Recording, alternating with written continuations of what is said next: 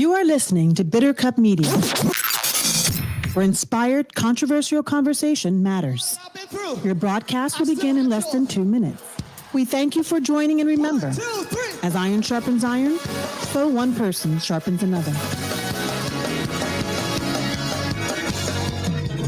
Though he slay me,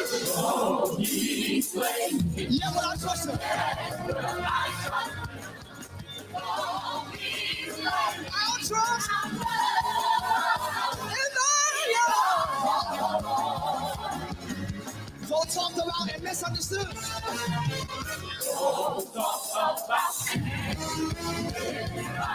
Yes, I've been lied on. But still, we've been made. And going for a night. But I'm glad. I still enjoy. After all.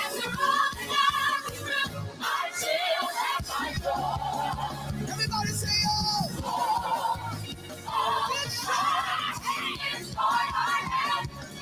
The world didn't give it to you. This joy, the world can't take it away. Say, hey. Have your hands up. Here we go. After all that I've been through.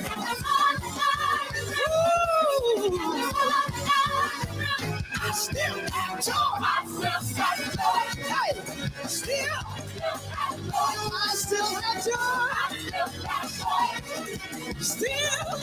I still have joy.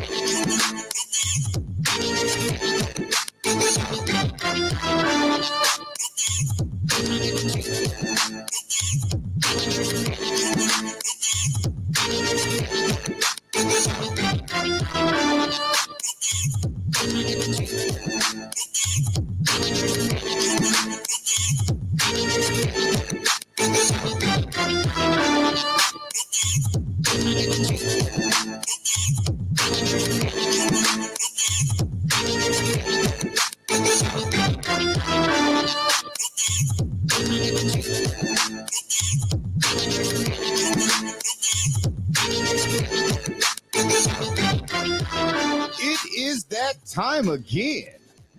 Yes. You know, I've always liked this beat, didn't always know where this song came from. But when we played against Livermore, their band was bumping it. And I was loving it. That's how I found out it was the Thizzle Dance. I don't know what the Thizzle Dance is. I don't think I've ever seen the Thizzle Dance, but it is what it is. So yeah. Welcome to the Father-Son Football Podcast, our weekly discussion about the varsity football life of a sophomore, my son, Seth Quinn Evans, and his teammates. They are in a very precious situation, having completed week 9 versus Tennyson. And we have a special guest, one of the most high-profile players, not only on the team, but in all of the Bay Area, in young man Jalen Arnold. He's with us today. Seth, what's happening, man? Hello. I said, what's happening? I didn't say hello. Oh, well. Hey, pay attention. Pay attention. We gotta give you a lesson every week. Hello. I didn't say hello. I said, how you doing? I'm doing good. What about you? I'm doing well. This is week 9. Week 9. How you feeling? I'm feeling good. Feeling good? Feeling good. All right, we got your teammate, upperclassman, Jalen Arnold. Jalen, how you doing today? I'm doing good. Wonderful. Jalen, now let me tell y'all something.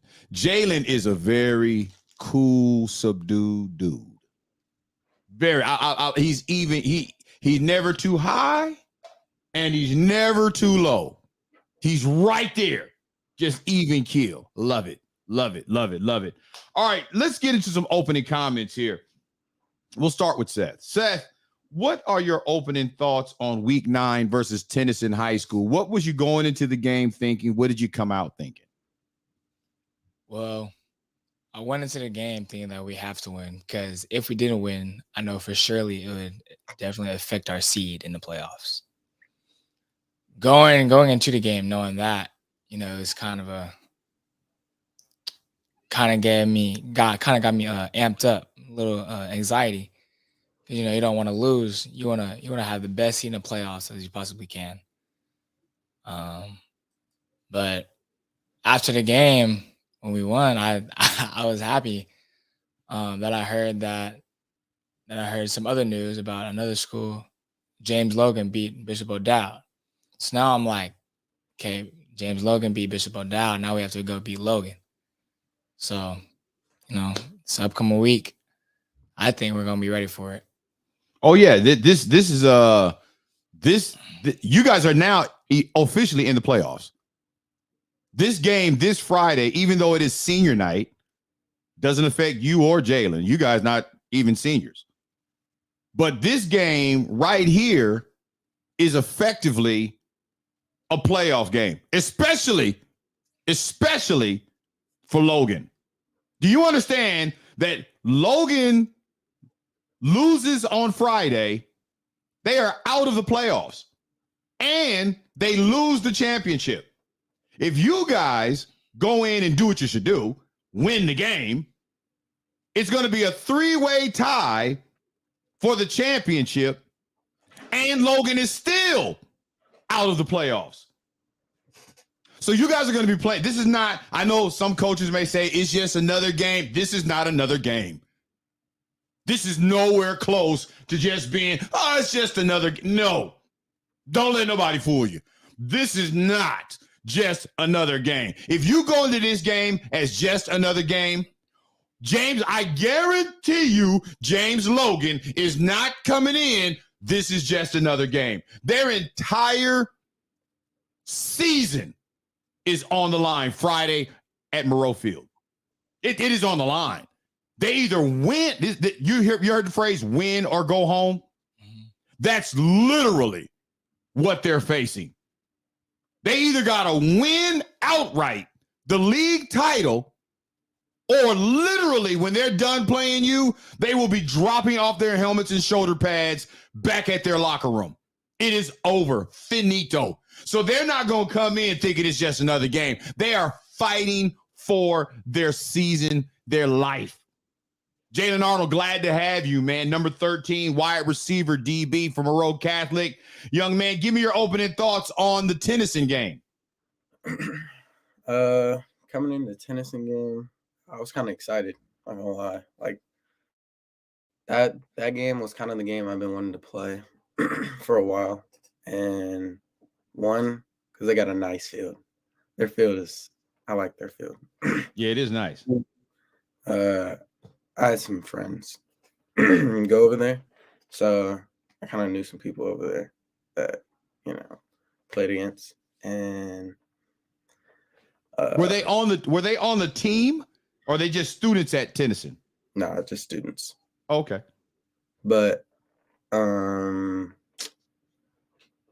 into the game, I was thinking like, we got to win this game. There's no way. They're 2-7. There's no way we should lose this game. They're missing some players. I mean, there's no way. If we lose, we just didn't do our assignment and we didn't do our job. Yeah. That simple. That easy. What did you guys think? Now, I'm going to ask you some questions about when you guys arrived, the JV game was playing. I don't really know because I was coaching the JV game. I don't really know what time you guys arrived, but when you arrived, what was going on the field? Do you remember? When we got on the field, I think Jamarcus had just scored. That's when we really kind of settled down on the field.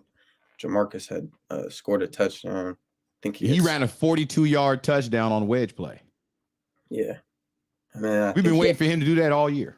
I think I had another one after that when he scooped it up and scored. Yeah, that was unfortunate for Dom, my freshman running back, who is his first year ever playing football. He didn't even know how to put on his pads, and he broke for like 20 yards and then fumbled the ball forward. Jamarcus, who happened to have been blocking for him, was hoping the ball rolled into the end zone, but it didn't. So he picked it up at the 3. Of course, you can't advance that. And so since he picked it up, I gave him the ball on a dive, and he scored his second touchdown. That's what's up. But when you guys arrived, JV was winning, and you guys had never arrived at a game and see JV winning. What was your thoughts on that? I was kind of surprised. But like at the same time, it is Tennyson. I knew they're kind of off. So I was kind of surprised though. Y'all were up 6-0, and then Jamal just scored. Yeah, Tennyson was 2-1. We were 0-7. Yeah. 2-1, 0-7, and they had some blowout. They blew out Castlemont, and they blew out some other team, maybe Oakland, and then they got blown out last week by St. Francis. And it's funny because there was a young lady on our sideline. She was working the box, and she was yelling to her players on the field. She's like, "Look, they were like, St. Francis didn't do this to us." And but we have been a team, a winning program on JV all year. We just haven't done it on a Friday. And finally we got it done. So I was happy for the young men. That's a story I'm going to tell you, because do you guys know who started quarterback? Diego. Yeah. My 4th quarterback of the year. The smallest guy. My smallest and slowest skill player started at quarterback wearing number 44. And I knew on Tuesday we were going to win the game. Sure did. Seth, what was your thoughts when you arrived at the JV game? Well, really, at first I wasn't really looking. I was pretty much just locked into my own game, thinking about the things I need to do. Then I was getting taped, and that just happened just to look up at the scoreboard, and I see it is 6-0. And while I see the scoreboard is at 6, you guys are winning, I see Jamarcus run for a touchdown. And it just bumps up. I'm like, they might get a shutout game. Their first one of the year, first one of the season, might be a shutout game. And eventually that's what happened. So I was excited because, you know, like what you said, you had a fourth string QB that I don't know if he really had faith in himself, but you had faith in him. So he kind of believed in you, and then I saw that he threw a touchdown. I was like, he just threw a touchdown. Well, you know my history. Oh yeah, I know. Yeah, Jalen, this is something you probably don't know about me. I've always coached quarterbacks. And outside of my first year coaching football, I had a real quarterback, Ken Edwards, whose daughter, Alexa, is currently a student at Monroe Catholic. His daughter is a student at Monroe Catholic. However, since him, I've never had a pure quarterback until this year. We got a guy at Monroe Catholic called William Jensen, pure quarterback. I have always had to take a linebacker or a running back and teach them how to play quarterback, and I've always been successful doing that. So I knew what I brought to the table. I just needed a willing person. You know what it reminds me of? Just now that I think about it, you know who it reminds me of? Jalen Arnold. Remember last year? Talk to the people a little bit about your season last year, Jalen Arnold, just to give folks some perspective. Because I don't think people really understand the greatness of you this year unless they understand the backdrop of you from last year. Talk a little bit about your last year experience as a sophomore. All right.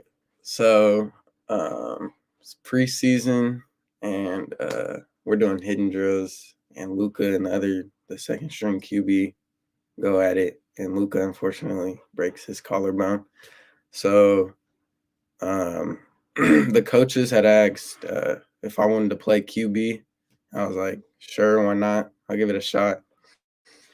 And then I ended up taking the starting role for QB and playing my first game against Campalenda at QB.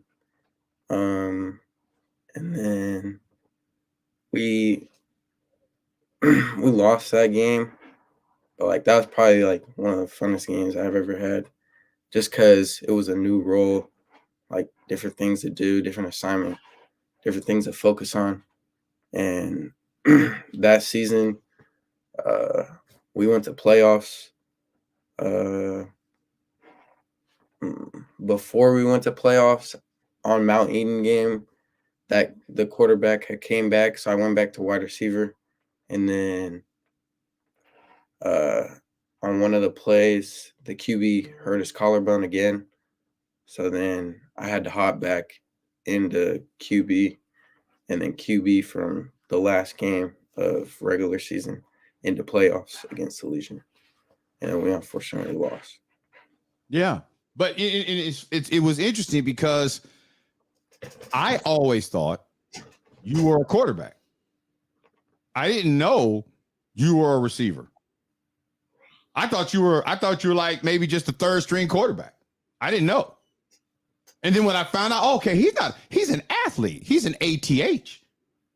He's an athlete who, in a crunch, a coach can take him from a spot where he's been practicing all season, throw him in a spot where he has very minimal reps outside of mental reps, and he can succeed. In the end, hey, it wasn't the offense that was a problem in the playoffs last year.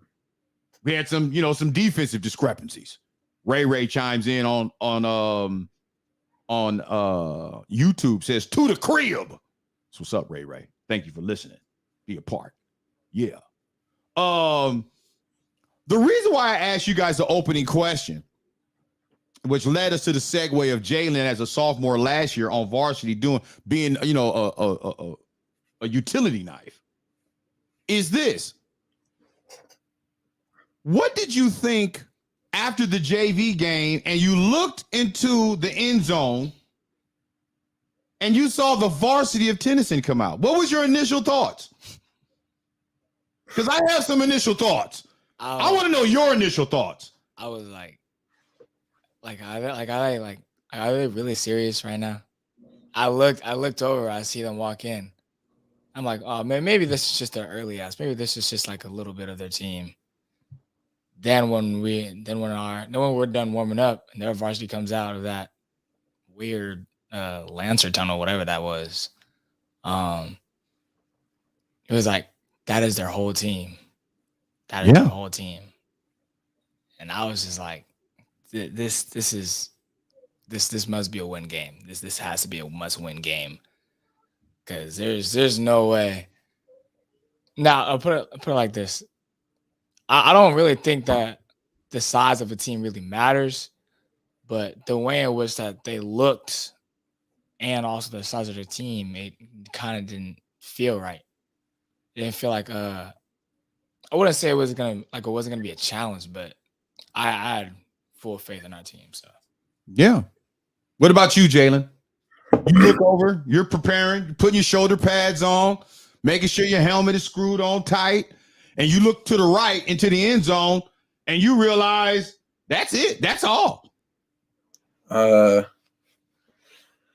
was kind of surprised that they had that little of like people. Like when I saw on film, I didn't think that was it. Like I thought they had way more people than that. And I also know they didn't have Larry, this 3-star that they had. Yeah, Larry Noble. Yeah. I know they didn't have him because he broke his arm or something. But I thought that would have been it. Like I thought Larry was not going to play. And then they would have had a whole bunch of people. But then when they came out, I was like, all right, well, it must be more in the back or something. Because no way, that's just it. Then when they started warming up, that was it. Yeah. Like I looked over and I was like, this looks like their JV squad just went and changed jerseys and came back out or something.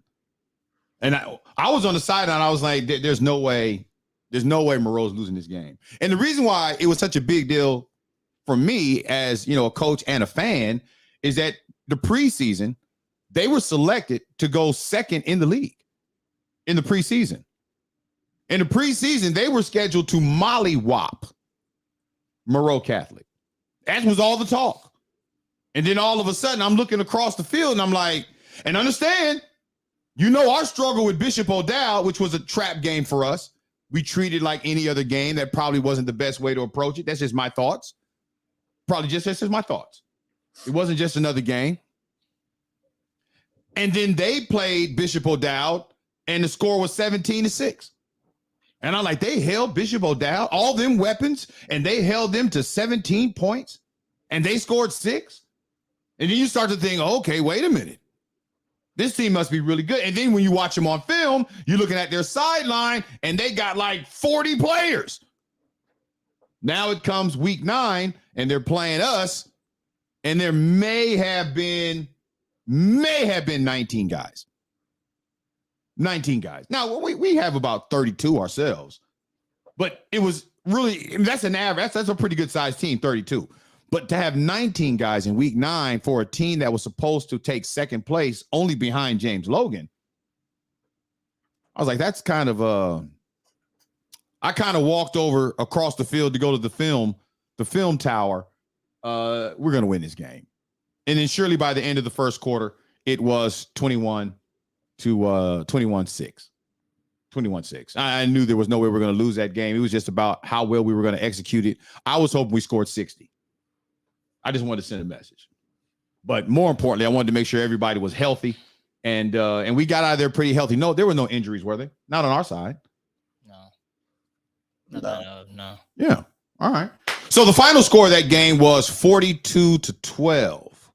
And that final touchdown. Now, talking on the Father-Son Football Podcast, let me just take you guys to the final. What did you guys, because you guys were out there on the field, you had to deal with it.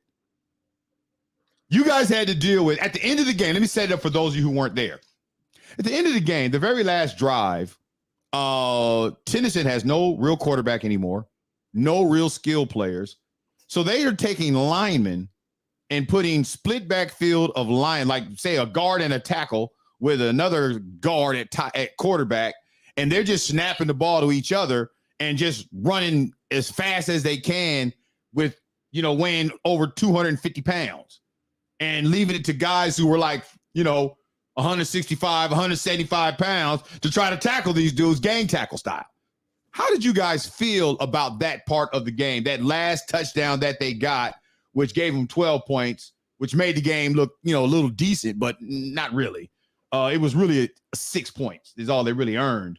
How did you guys handle on defense being attacked like that by linemen at the end of a game that was already over? Really, for me, it's kind of cool to see that. Yeah, even though they're like much bigger than me, it's like some people like usually get scared and not like want to hit. That just made me want to like hit them even hit them even more, Right. Because earlier on in that game, I had to run across the field and I had to tackle a dude. And then he got mad at me. He pushed me off, but I just kind of I wouldn't say I stepped over him, but it was the only way that I could get off him. So I had to just get up and walk. So I was like, I want to get another one of those. I want to hit another big dude like that. All right. What about you, Jalen? You was back there. How did you have to handle them big dudes coming running through there? How did it look to you? How did it feel? I was back there when number 7 was back there. Number 7 was pretty big. I had to just go for legs. Right. That's smart. That's the smartest thing you can do. What I look like going head to head, 210, and then me at 150. There's no chance I'm gonna get ran over. So I just went for legs. And then when 55 came in, that's when they kind of started subbing out defense. And I was on the sideline for that. But I was cheering them on though. Look, I'm cheering my teammates on. I'm out of this. Yeah. Michael Pulaski chimes in. He says, I wish you could inspire the Gilroy High School football squad. They're having a rough year so far with one or more games to go. Coach Mike Pulaski, that's my guy. That's my guy. He coached me at South City. That's what's up. All right, let's do this. Let's talk about pregame preparation. How did you guys prepare yourself? You had the academic day. You get out of school. Then you got to get ready to get dressed, board the bus, travel about, 12 minutes. to Tennyson. Jalen, what was your pregame preparation for this game? What was it like? I kind of like when I'm in like the mode, like I'll just put on my beats and just lock in. But from waking up to the game time, wake up, do my stuff, go to school, kind of get through my classes, get ready for this game, kind of, and then school ends and I just automatically just put on my beats and just start What's listening. the first song you listening to? Can I look it up right now? Yeah, look it up. Let us know. Seth, you go. Tell me, Seth, how was your pregame? While he's looking up his first song that he's going to listen to, tell me what your pregame was like. My pregame, I was pretty much locked in. I was in the corner of our locker room just eating my sandwich. Well, hold on real quick. I got to ask a question. And I'm going to ask this question. I'm going to see if you guys even know the answer, or you're going to be honest with me if you know the answer. Sometimes when we go to get the JV sandwiches, they be missing. Do varsity be stealing the JV sandwiches? No. Oh, okay, good. Because we be looking for the JV sandwiches sometimes. We can't find them. No. But when we go in there, there's usually a bag for JV and a bag for varsity. Also, maybe somebody left the JV bag behind. But the thing that I saw too is that in a varsity bag, the people who were brought up to varsity and went back down, their sandwiches were in our bag. Oh, that could be the praise. So someone who was on JV that got brought up in that first week because of that COVID crap, their sandwiches may be still in the varsity bag. Yes. Oh, I never even thought of that. I don't even think none of the coaches thought of that. I'm going to have to bring that up on Monday. All right, Seth, give me your pregame prep. Finish it out. But yeah, like I said, I was just watching some film, eating my sandwich, and then after I got to like halfway through watching film, I just went on social media. I was just looking around, see what's going on. I found some things that just got me hype. Saw some animal fights again. I love animal fights. As well as a lot of college football games too. So that got me riled up. And then by the time we got on the bus, I just closed my eyes. I was thinking about what I need to do. I didn't go to sleep, but I did close my eyes. Man, if you went to sleep on a 12-minute bus ride to 10, I don't even think it was 12 minutes. I think it was more. It might have been less than 12 minutes. Yeah. Jalen, what's that first song? Taylor Port Junkie. Like, do you want me to play it or? Oh, we won't be able to hear it. I'll have to find it.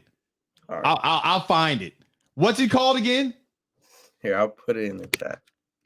All right, go ahead. He's gonna put it in the chat. So I always gotta find out what you guys are listening, especially the first song. All right, let's do this. Let's get the film breakdown. This is where we share our screen, go over some plays. Father-son football podcast. So I'm kind of concentrating on Seth, but I did pull 3 clips that I wanted to show in real time as we're going through it. Of Jalen Arnold, our special guest. Now, again, Jalen Arnold, he wears number 13. He is a wide receiver and a DB. Should just put ATH by his name because he really can play any position on the football field, which is a rare, and he can play at elite level. That's what's interesting about him, is that he can play at an elite level. And so let's go to this library. Share that. Okay, we're there. You guys see that? Yes. That should look like the way I wanted it to look. We're off to the side. Good. And Jalen, before I go further do you know what your ranking is in the league For wide receiver, for receiving yards? Oh, in the league? Yeah. I'm first. You're first. Yeah. You know what your ranking was at the beginning of the Tennyson game for interceptions? First with 3. Now you have 4 because you got an interception in this game. Yeah. Seth is number 2, tied for second. So, unless you get 2 games against Jonathan Kraft, you have to get 2 interceptions against Jonathan Kraft to even tie. And if he's throwing interceptions like that, I'm pretty sure that Jalen's going to get one of them. So Look like Jalen's going to be the king of interceptions for the league.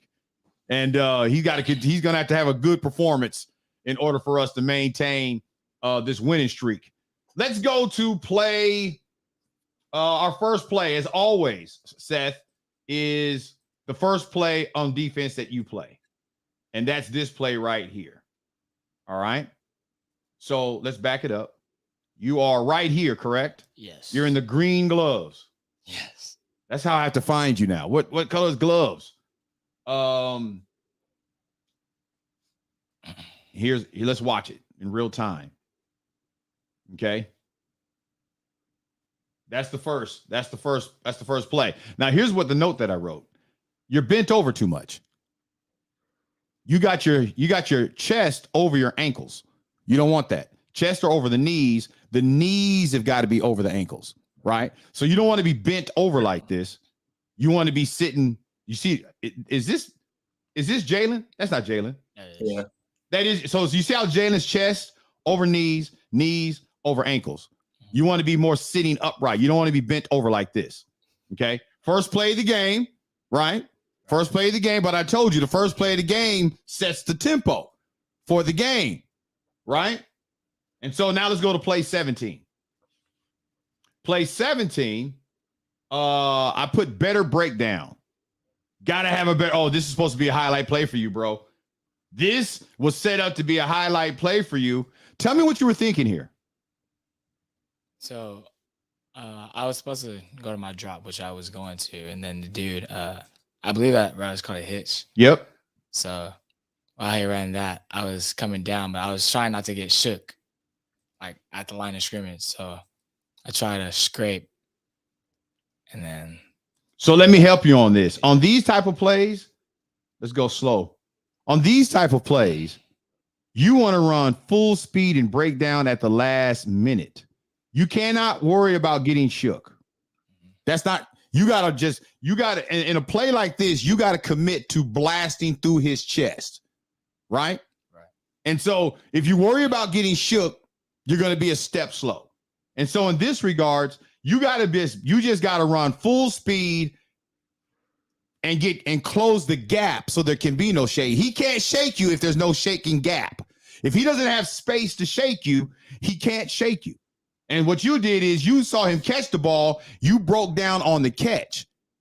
Well, he still has to gather it and get ready to make a football move. You could have closed 2-3 more yards. Now you're suffocating. And so on this one, I said, you got to have a better breakdown. You broke down way too early. You slapped his heel, which kind of made him stumble a little bit. He ultimately gets tackled, but I don't believe you're going to get a stat for that. All right. After that, I don't have another play for you till play 65. But before we get to 65, let's go ahead and stop off at play 60. Because at play 60, this is Jalen Arnold. Now that's just athleticism right there. Walk us through this play, Jalen. What's going on here? So we called a screenplay, and when he hikes it, I do the route, and when I come to the ball, the linemen are all supposed to, like, I don't know, you could see it, like the linemen are all supposed to like push forward and block the guy who's supposed to like get me, but they were kind of late, so I had to go in front of him instead of behind. And then that guy kind of grabs me and wraps me up and then like spins me, and I stay on my feet and I score. Now, let me tell you why I find this play incredible.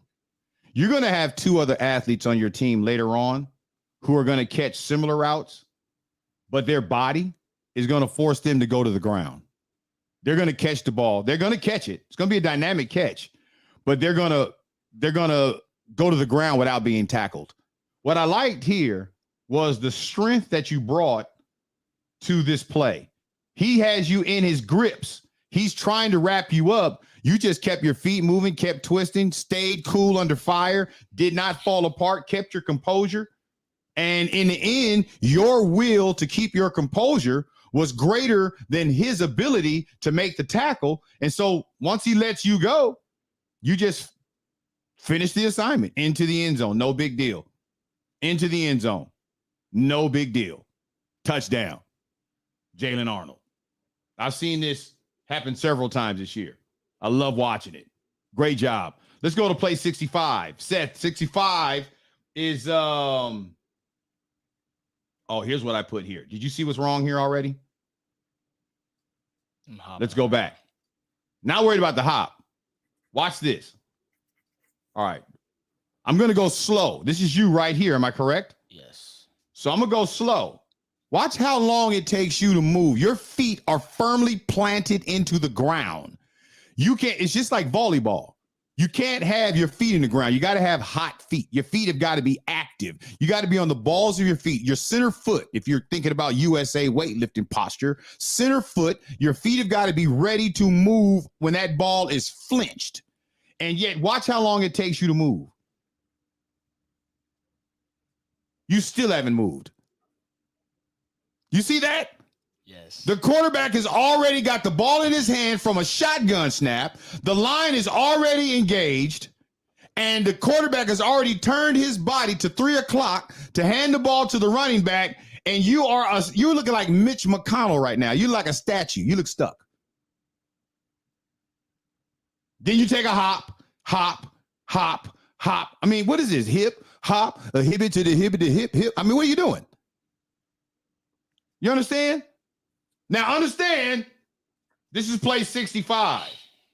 You guys had you scored, kicked an onside, got the ball back. So it was a long time before the defense got back on the field. You were probably a little cold, but that's why on the sideline, when the offense gets the ball back, you got to stay warm, because on the first play, if they'd have came at you the right way, they could have got some good work. You eventually get in there, but yeah, not a good look. Not a good look. Now, here's 66. This is the very next play. The very next play. This is you right here. Yes. Right? Okay, let's go slow. I put way to fight off the blocker and reestablish the outside. Now, this is a play that outside containment has been broken. Outside containment has been completely broken. That's Miles right there, right? Yes. If he's the DN, he should have outside containment, unless, and the way his feet are moving, it lets me know he does have outside containment, unless they have switched the duty to this linebacker who's nowhere near outside containment. And then you get out there and reestablish outside containment, which forces the speedy running back inside. And again, I say this all the time. When you have responsibility for outside containment, you're not going to get the stat for the tackle. You're not going to get the assist, but you are the reason why the tackle was made. So hats off to you there for reestablishing the outside. What are your thoughts? Do you remember that play? What was going through your head? I do not remember that play. No. You only think about one play. You can't wait to I already know what play it is. All right, here you are right here. Yes. Little better posture, shoulders over knees, knees over ankles. That's a lot better look. On this play, 78, I put nice ball hawking skills and tackle. Let's play it in real time. You're going across. He tries to cut back. You cut back on him. Now, was this their freshman running back, number 6?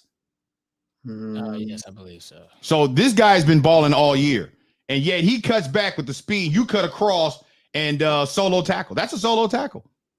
That's a solo tackle on their best offensive weapon. And you had to cut back and fight through a block to do it. What are your thoughts on that now that you see it? I would definitely remember that play. It was just a peripheral.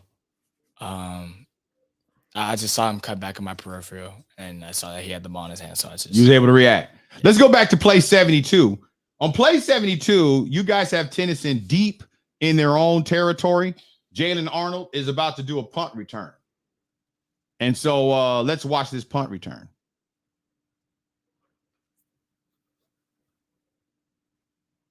And for those of you who are watching, every time Jalen Arnold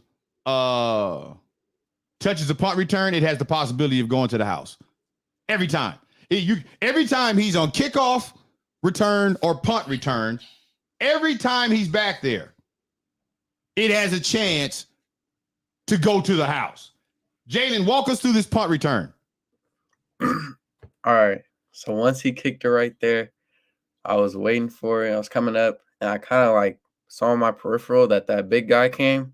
So I kind of had to get out of there. And then You ain't lying. and then they had kind of collapsed on me. So I tried to go back, but he was there. And then they had all shifted to where I was going to go back. So then I had just cut back again and then ran out of bounds because he was trying to tackle me. So I don't know when you guys get to see this film for yourself, because I'm filming this play particularly, and I start talking during this play. Now, I don't know if you know the significance. I never talk while filming, but when I saw this, I literally said, if he gets back the other way, this is trouble. If you got right there, if that dude doesn't touch you, I'm gone. It's gone. You're to the house. They're lucky that big dude got a paw on you. Yeah. Or it was going to be to the house for sure. I like that. That helped the other guy get a hand on me. Yeah. If he didn't, I'm going to tell you, if he didn't slow you down a tad bit, it was to the house the other way in dynamic fashion. Let's go, Seth, to play 81. On play 81, okay, where are you? You're right here. I put nice cross pursuit. You're literally going to go across the field. Let's play it in real time. You go to your drop. Now you're scraping. You go across the field and get on this tackle. And the reason why, now you should get an assist tackle on this, because though there are two people on him, he doesn't actually go down until you got on him. What are your thoughts on that? I like that play. That was a play that I said earlier when I had to get up and step over the dude to get out of the pile. Good. You're getting there. That's a big load. And then you get over there, you get on him, take him to the ground. One thing I like about your tackling is when you hit a guy, typically he goes down. He doesn't get yak yards. He doesn't get yards after contact. And so I like the fact that you bring that level of power to the table while playing varsity football. It's a very unique skill, very unique trade, and not a lot of DBs want to do that. Here is play 92. This is you right here, correct? Yes. And I put again on 92. Again, nice block, shed. You shed the blocker in order to make the tackle. Let's play it in real speed. So you're backpedaling. You shed him, make the tackle. I love it. There's not a lot of the reason why a lot of offensive coordinators put these big bodies on these DBs is because they know that these DBs don't want no part of contact. DBs, for the most part, have become a culture group that just want to cover. They don't want to tackle.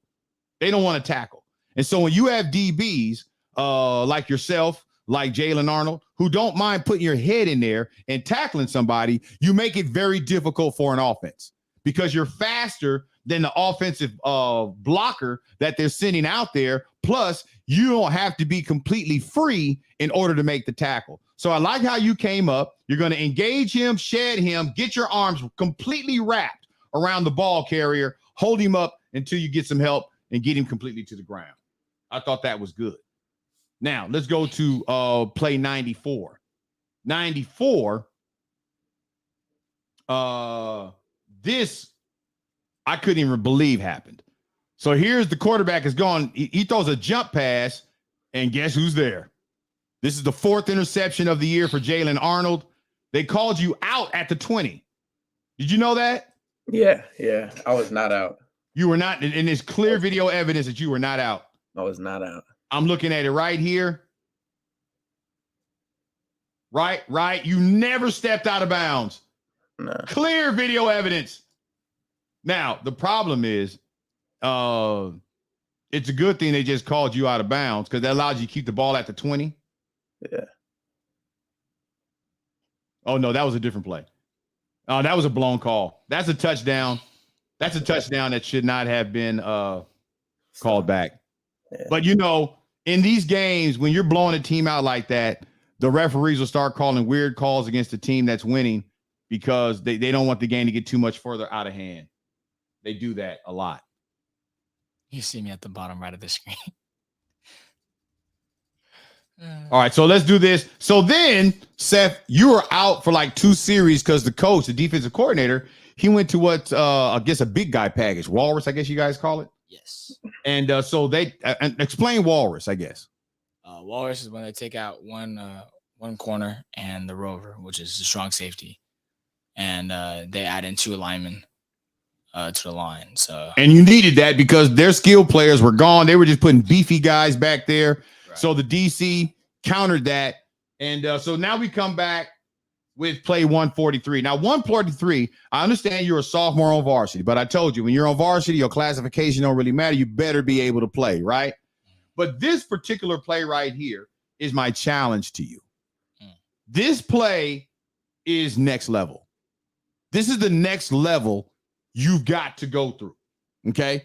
And if Moreau is going to go deep in the playoffs, you're going to have to start making this play this week. Now, let me play it in real speed. Here you are right here. You see that guy motioning and they give him the ball on the motion? yes. He gets all the way to the outside and he's to the sideline on the opposite end of the field, right? So my thoughts to you are, if you see this guy motioning, now here's where studying film comes to play here. If you studied film, you should have known that when he started motioning like that, underneath the quarterback, he didn't go behind the quarterback like an orbit motion. He's motioning towards the quarterback, but still underneath. If you watched film on Tennyson, if you watch film, you probably didn't catch it. But if you study film on Tennyson, varsity or JV, this motion guy gets the ball on what's called a jet sweep. Right? It's not really a jet sweep, more like a bastardized version of a jet sweep, but jet sweep nonetheless. You got to be able to know, since you were already locked up on him first, when he starts motioning, you got to start thinking they're going to probably give him the ball. They're going to probably give him the ball. You got to start getting ready to get on your horse right now so that you can meet him on the other side of this formation. That's next level. See, right now, he's in the middle of the field. You're still at the spot where he left. Well, yeah, so this is one of the things that I was taught, because if they wanted me to also spot for fake, because the QB, because they had like a lot of QB scrambles, like they'll fake the dive or they'll fake this jet sweep, and the QB will just run to the other side when it's open. So so you were being mandated to stay put, yes, maintain backside support. Yes. Okay, well that's cool.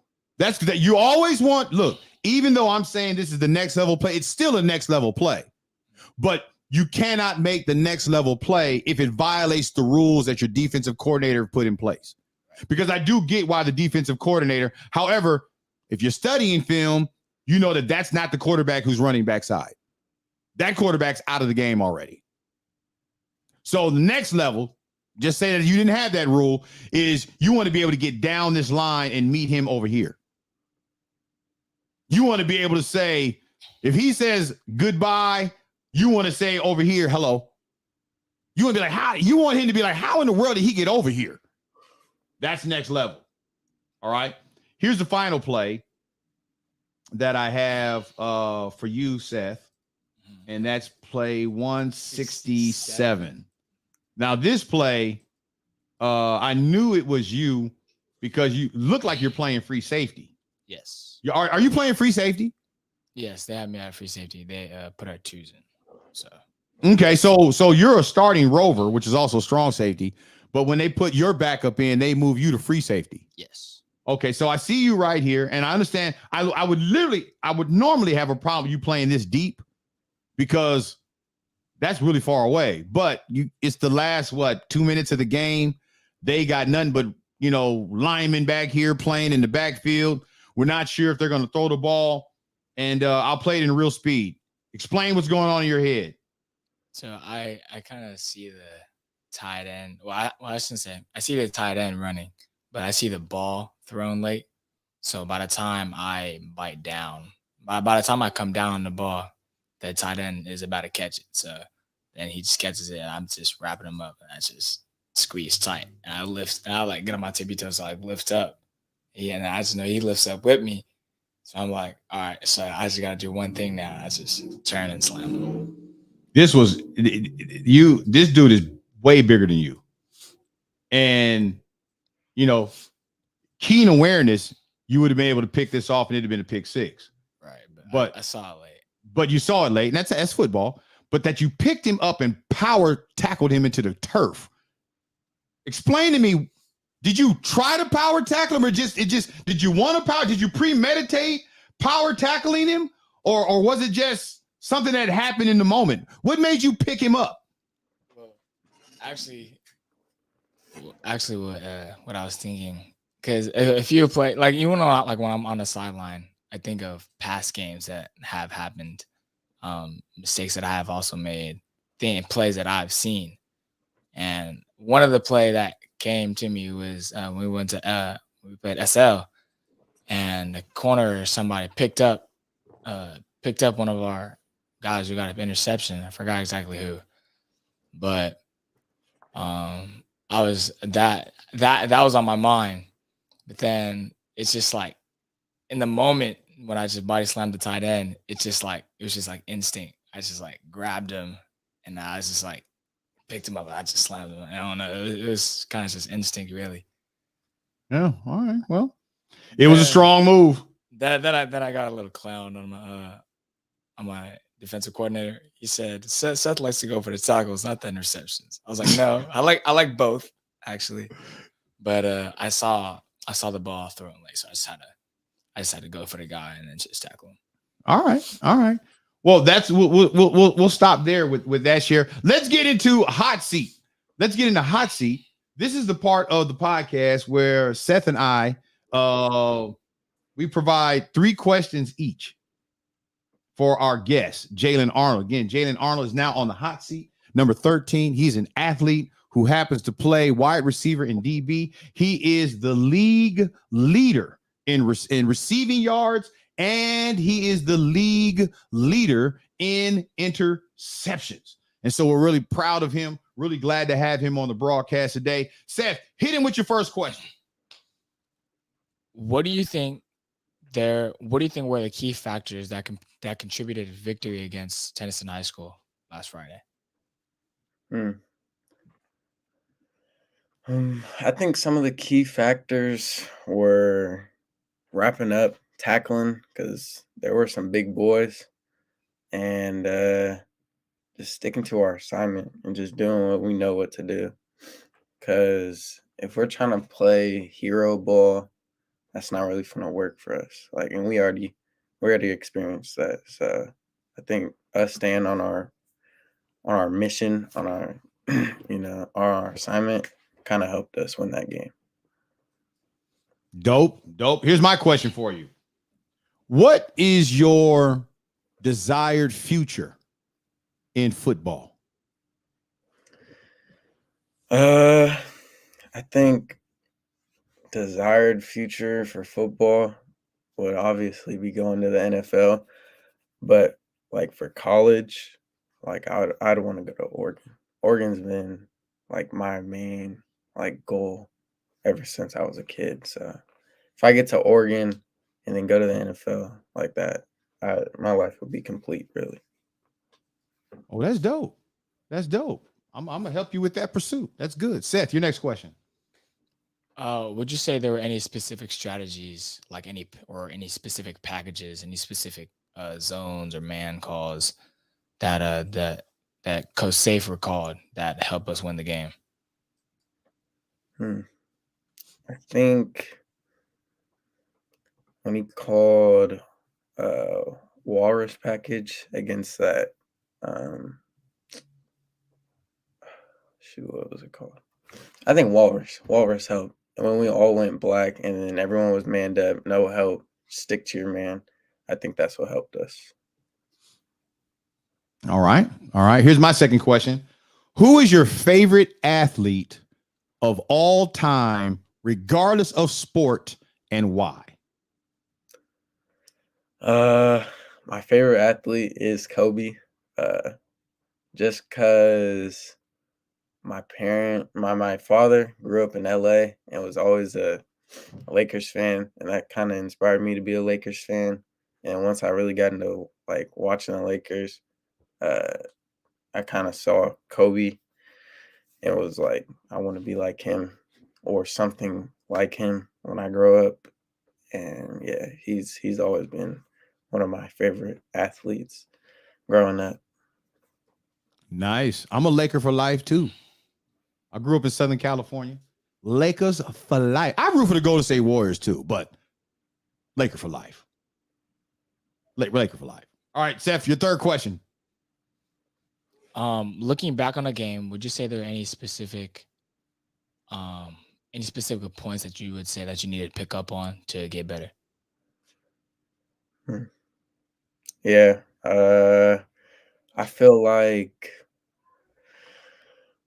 Reardon, O'Dowd, I think those two are kind of my main, like, man, I should really like pick up this corner stuff because Reardon, I was kind of mad that they were just throwing it deep and just catching it over me. Like I was kind of like, there was nothing I can do about it. So I feel like I should really pick up on that. So man coverage against Reardon, and then O'Dowd. I think my drive to just keep playing, like even if we're losing, like just keep playing. Because in the beginning of O'Dowd, like I was making tackles, stuff like that, and then once we were getting like popped, I kind of just slowed down and just stopped wrapping up, stopped tackling, and they just started scoring more. Very honest, very honest. If you are not, you're lean in on this one.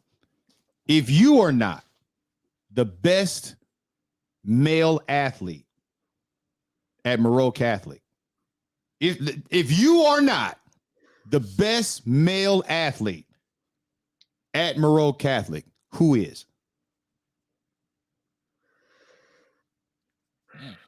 This is regardless of sport.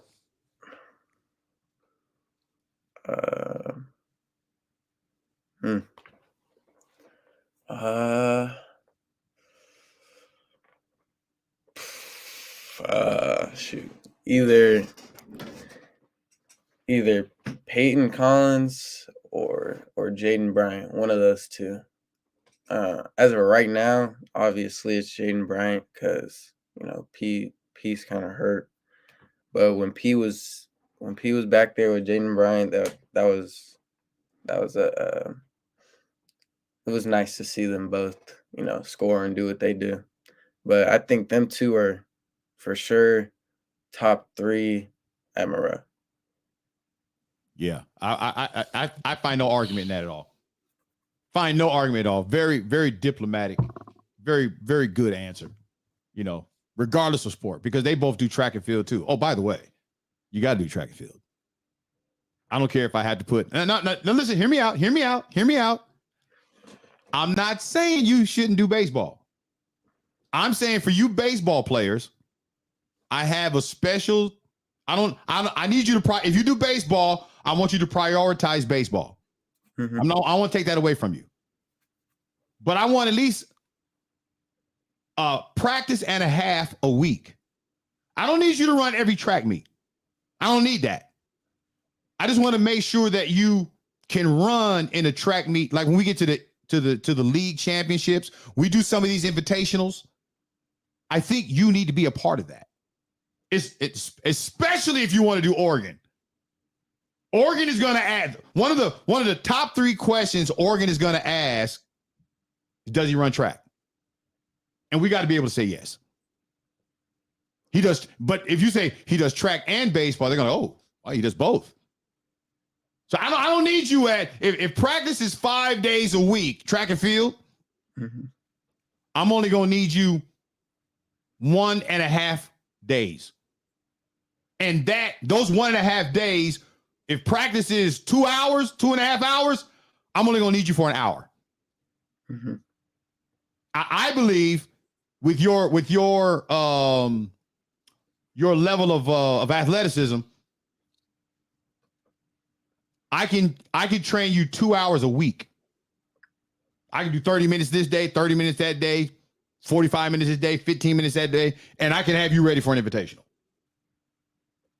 But I'm looking at other guys, because Jaden Bryant last year was the fastest sophomore in Northern California. Mm-hmm. Period. So you got him, yourself, you got Peyton, you got Logan, you got Darren Chu, who's a cross-country, track and field, and basketball. I got at least 7 guys. Jamison Ransburg, one of the best starters. He can get out of blocks as good as anybody. We can get some things done. I think you ought to consider it, and you won't have to miss a baseball practice. You won't have to miss a baseball game.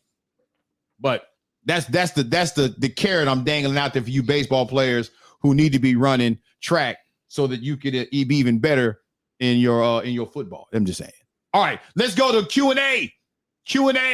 So now we flip. Jalen Arnold gets to ask Seth 3 questions. He gets to ask me 3 questions. We're ready.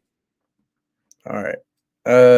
Seth, who are your biggest influence in the sport and why?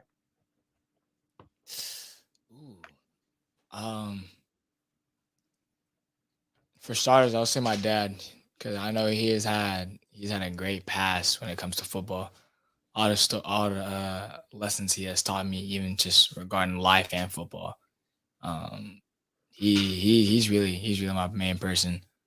Everybody else I think is cool, but my dad's like my hero. He's taught me every step of the way, and he's always gonna keep doing that for me. So he's played a pretty big role. Right. Thank you for those nice, kind words. I don't hear those too often. Thank you. And then Coach Evans, what coaching methods do you use to help your team win? What coaching methods do I use? Positive coaching methods, meaning my job is to study you, analyze your skill set, and bring the best of your skill set out of you. I'll never want you to be somebody else. You can be best at being you. So it's just for, as of recent, I took a kid like Diego Campos. I mean, not Diego Campos. His name isn't Campos.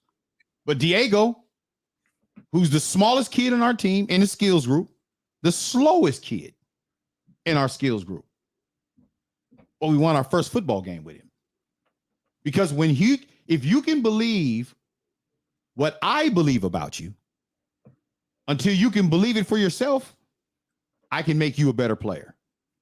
With Diego believes himself about himself. He just wanted to know if I believed it. And when Diego found out that I believed what he believed, Diego said, I got the confidence to do it, coach. Now the question is, well, coach, do you have the confidence in my confidence? And my answer was, if you're confident, I'm rocking with you. And we had 4 offensive players who did not play a snap on offense. And that young man went out there and won a football game for us. And so my coaching method is I'm going to study you for you. And then I'm going to bring out of you the best you that you can be and believe what I believe about you until you can believe it for yourself. I'm going to put you in a position to win. All right. I think you can prove your game. Say that again. Kind of lagged out. How do you think you can improve your game? I would say taking things a lot more seriously, especially this last season game, against James Logan. Cause I know this game, cause I know the school, both schools have had a pretty good rivalry. So and plus, we've had people transfer to Logan that were on our team last year. And my goal is just to beat them really. And win that championship, and then go to the playoffs. Try to knock them out the playoffs too.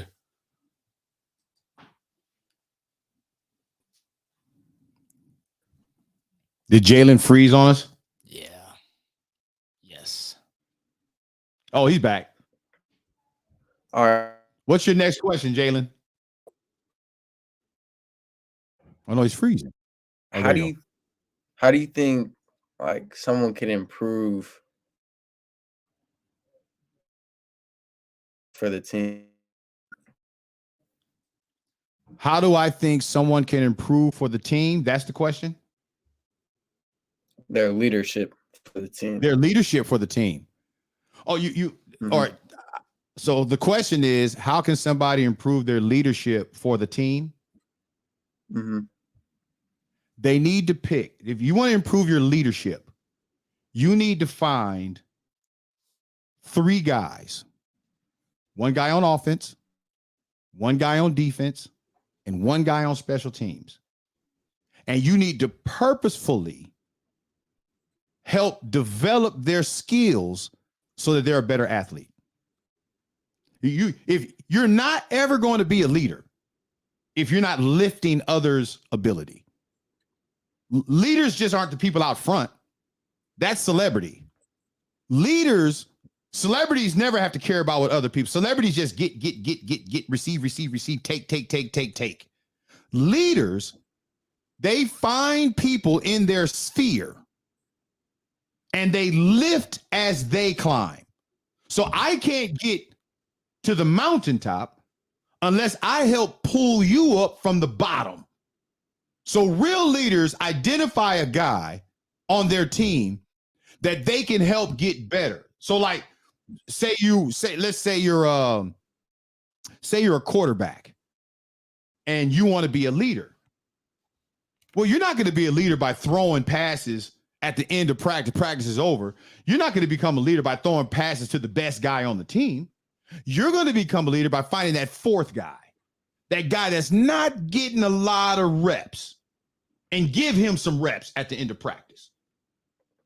If you're a DB and you want to be a leader, you're not going to be a leader by going out and just doing drills by yourself. You're going to be a leader by going out and grabbing a weak side linebacker and say, let's work on this cover 2 system where you got to take the flats and I got to take the halves. And let's work on our conversation together. Find the guy who needs a little more assistance. Maybe his athleticism isn't quite as good as yours. But what will you do to lift that kid up? Because if you make that kid better, it does nothing against you. If you make that kid better, it only puts you in a better position. And then by making that kid better, that kid isn't going to forget it. And you guys become a team where you can trust one another because you're looking out for one another's interest. And that's what's up. So if you want to improve your leadership, find 3 guys, 1 on offense, 1 on defense, 1 on special teams, and personally help build them up to just take another step. Just be a half step faster. Just read it a little bit quicker. Just put a little more emphasis on it. Concentrate on it. And if you can influence 3 teammates to do that, well, you're going to lift all 3 levels. And if every teammate does that, well, then you're going to be a team that's how you become De La Salle. That's how you become Mater Dei. That's how you become, Centennial High. That's how you become Sarah. That's how you become John Bosco in Southern California. By players taking on leadership roles in the lives of their own teammates. That's my answer.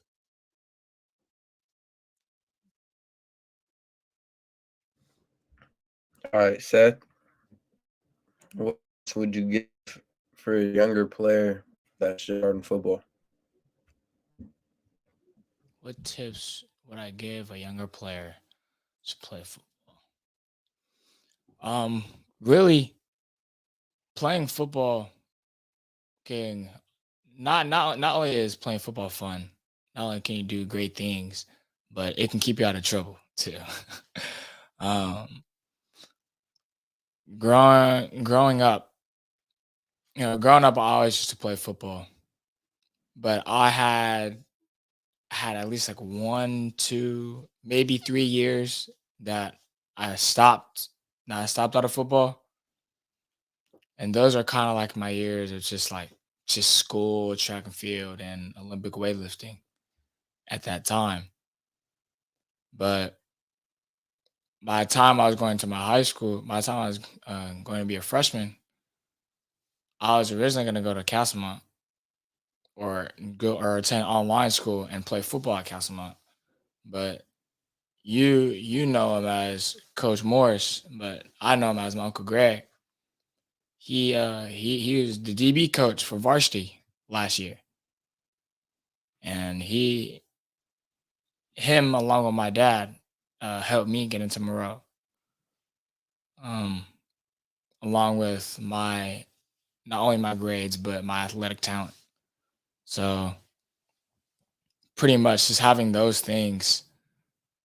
Well, even if you don't have those things, just putting in the work, doing the things that are necessary, putting yourself in positions to get better. I think that's pretty much all you need to play football, really. Just the heart to play. Got to have heart All to right. play. Coach Evans, Uh-huh. why did you decide to start coaching? At Moreau or period? Period. Okay. The reason why, or I think I've been asked this question before, and I love this question. So when I was coming up in high school, again, I graduated high school in 87. I don't even, y'all parents might have even been born in 87. Well, Seth's mom was, but I don't know about you, Jalen. I don't know what year your mother was born, but 87 is when I graduated high school. So that means I started high school in 80, the fall of 84. Now, in where I grew up in Orange County, California, Southern Cal, just right outside of Los Angeles. I know I'm the most talented thrower of a football in my community. Nobody can throw the football as accurate or as far or as fast as I can. But I grew up during a time where Black young men could not play quarterback. They weren't allowed. There was this racial belief that they could only be running backs and linemen and things of that nature. And so I had to grow up with that. I get into college, and in college, I decide to go to a JC. I had an offer to go to an HBCU, but I declined it because I had an upperclassman who went to the school that I was being offered to go to, and he came back with concussions, and he came back talking about, man, concussions, and I can't play no more. And I thought to myself, well, man, if he getting concussions and he's bigger than me, I probably shouldn't go there because I probably get killed or something. So I decide, because I didn't have no mentor. I had nobody to walk me through this stuff, this recruiting stuff. I didn't know, So what I did was I went to a JC. My JC coach, position coach, Bruce Rowlandson, just stepped down as the head coach of Mater Dei. He is what made Mater Dei. He left from coaching me. When I left and went to San Francisco State, he left Rancho Santiago, which is now known as Santa Ana College. He went to take over as head coach of Mater Dei.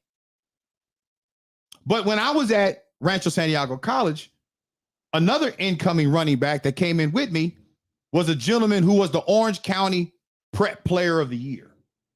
He was a running back.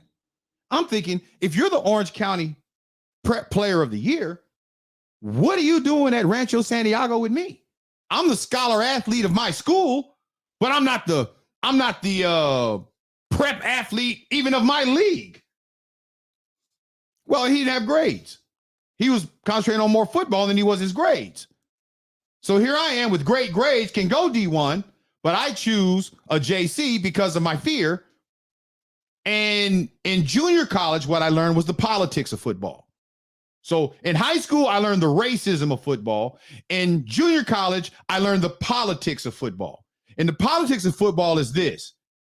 If you got a kid who comes from a bigger program, who comes with high school accolades, you play them first. Now I'm faster than this guy. I'm stronger than this guy. But because his skin didn't look like mine and he was decorated, they felt they had to start him over me. And all that, God is still good. And all that, school, San Francisco State, would come along later on, and they would come to Rancho Santiago, and they would come to that campus looking for me. I'll never forget it. 2 coaches, one short Hispanic coach and one real tall black coach. And they're on the campus. Odd couple, odd group of coaches. We looking for Deion Evans. They find me in the student center playing a video game during break. Really? We want to fly you to San Francisco, check out the campus. They fly me to San Francisco. I got my concerns because I'm from SoCal. I know what San Francisco's about. And I go there and I'm like, look, this school wants me to come. And I'm going to, and the head coach, Vic Rowan, the legendary Vic Rowan. When I got to San Francisco State University, I learned that if you can play, you will play. If you can ball out in practice, you can play. So why, I said all that to answer your question, Jalen. Why did I become a coach? To make sure that no young man in high school would ever be forbidden to do what he is skilled to do because of his race. I started to coach because I never wanted a young man to not have the opportunity because of political situations. I don't care who your daddy is. I don't care what decoration you had in middle school. That doesn't make you better than somebody else. You got to win your spot on the field, and which leads me to my university days. The best guys in practice, the best guys committed to the program must play. And the best way that I can create a culture like that was to lead a culture like that. And that's why I took over that's why I became a coach. That's my answer. Good answer. Cool. All right. Somebody has a question for you in the chat. Oh, for me? Yes. Oh, Ray says, how do you feel about the future of William Jensen? Ooh, that's a loaded question. That's a loaded. Y'all want the honest answer? Y'all want me to give a political answer? Honest. Huh? Honest? William Jensen can be the future to football at Moreau if he stops falling in love with his arm.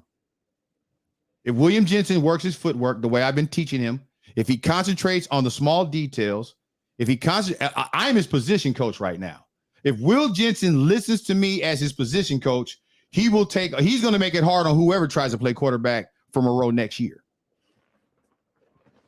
He's got the arm talent, but arm talent without footwork doesn't mean anything. And so right now he's in love with his arm. He loves his arm. And I have to tell him I am unimpressed. Not because he doesn't have a good arm, because I know a good arm, a pretty touchdown is also a pretty pick six. He cares about spirals. I love spirals too, but accuracy over spirals. I've seen spirals go pick six. I want accuracy. I want your feet right. I don't want no lazy steps. I want you to be a leader. Now, he is cooler than the other side of the pillow. He don't get ruffled. So I like that about him. I believe the future of Will Jensen is bright. He's going to have to fix some things that I think all freshmen have to fix. His footwork. He's got decent arm mechanics, his strength. He has good leadership. But from time to time, at the position quarterback, he will take a play off. And that's where he gets hurt. And that's where he will get hurt in the future. And at varsity, you can't take those plays off because the pain at the varsity level of getting hurt is very different than the pain of JV level getting hurt. You get hit by a lineman at the JV level, you could probably still get up.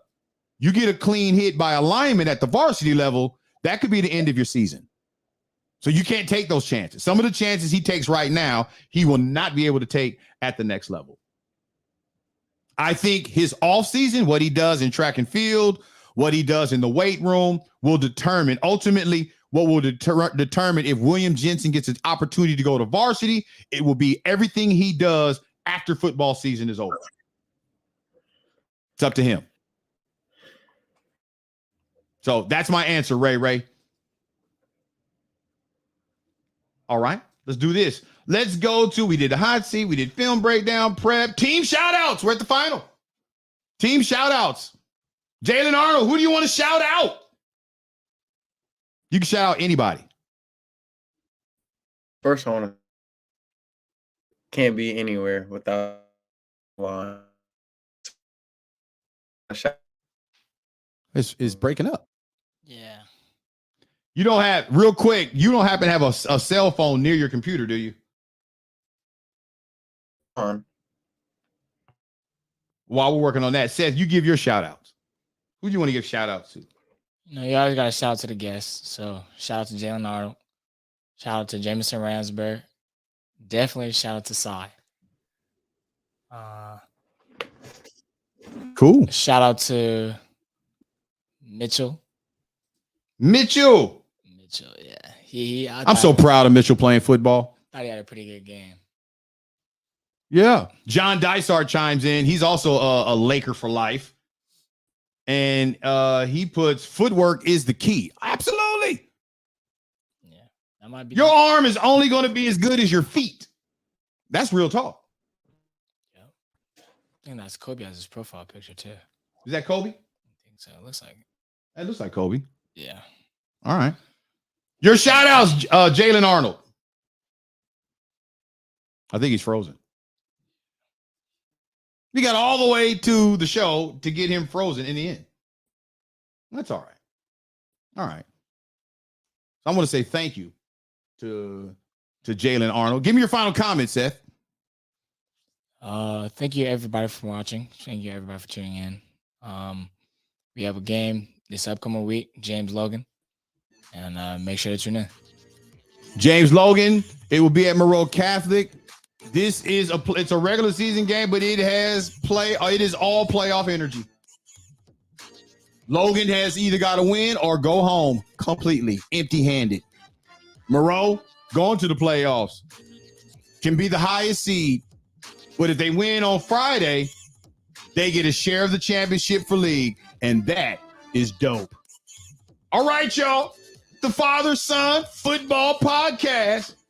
Re-air it, replay it, send it to somebody, shout out somebody yourself.